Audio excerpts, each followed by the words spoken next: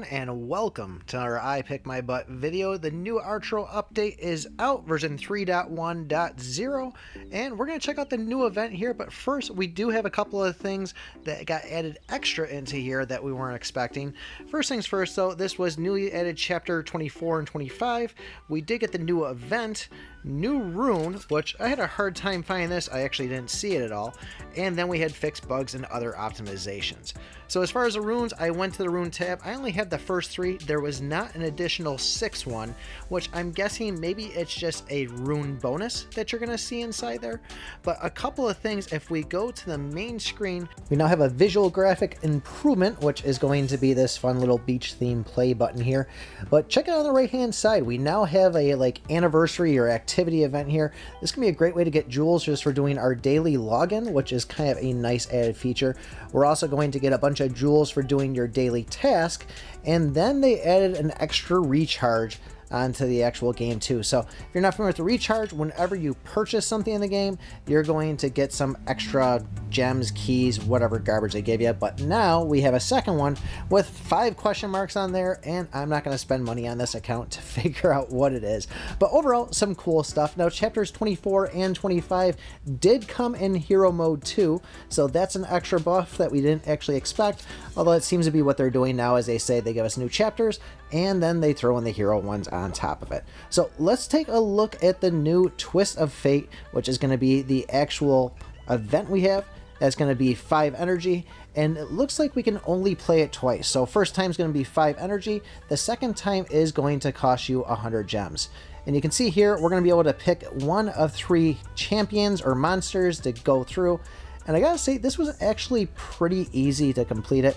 So given there was only 3 of them, I went through with the Scythe Mage first, and then the second time I went through, we went with the Mushroom Demon, I think it's called. And as far as all the stats for these, the Skeleton Demon, you see it there, 17,000 hit points and 260 attack. In his abilities, he has Flame Charge, charges at the enemy, leaving a path of flame. I believe this is going to be kind of his ultimate that you have, the little purple button that's down the left. Didn't get to actually play with him, but Bloodthirst obviously restores hit points when you kill an enemy, and Brutal Impact, colliding with an enemy deals a large amount of damage. Onto the Scythe Mage, 10,000 hit points and 270 attack. And for the abilities, Sickle Rebound throws a sickle that rebounds, Side Arrows +1, you know what that is, and Ghost Form dodge rate increased by 50%. Now this one I actually had a lot of fun with. This seemed to be pretty easy for me to go through. And you can see here, this is the actual final stage of it. There is 11 stages altogether. You have, I believe, 2 boss boards, which is pretty much a couple extra enemies that are thrown out on them. And realistically, there's 8 waves, and each wave that comes through during the normal ones is like 1 or 2 actual enemies. But when you do cast the ultimate on it, it is pretty awesome. And here are the rewards right here. Not really the greatest, like I said, a couple of jewels on it, some coins, some chips. Let's go back in, we'll show you what it's like to have the Demon Mushroom. Demon Mushrooms at 19,000 hit points, 200 attack damage. And the abilities, Tumble Roll enters tumble form where you can roll forward quickly. Spike Attack can reflect damage caused by the enemy, and Brutal Impact, colliding with enemies, deals a large amount of damage. Now this one I did have a little bit more trouble with because he's going to shoot the fireballs that actually they split off in like 4 directions, but the fireball seems to be a little bit too slow for me. So if you're going up against somebody with a bow or even a saw blade, they're going to be able to hit you before you're even able to get a shot off. Almost kind of feels a little bit slower than the staff itself. As far as the abilities, the roll forward, I thought I could just roll into guys and just do damage that way. It seemed very quick that the ability lasted for, and it really didn't seem to do too much. But once I kind of did that, I said I'll just roll into guys and kill them that way.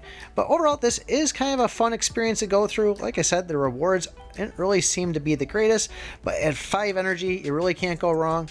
Will I really play this that much? I'll probably play the Skeleton King when it comes out on my iOS. By the way, I'm recording this on my Android. I'm doing all my editing on my Android. And if you've ever seen an iOS person try to use an Android before, they look really dysfunctional. So I apologize for any editing at all in this. Realistically, the only thing I'm probably mostly excited about is those activity rewards and be able to get in jewels from that.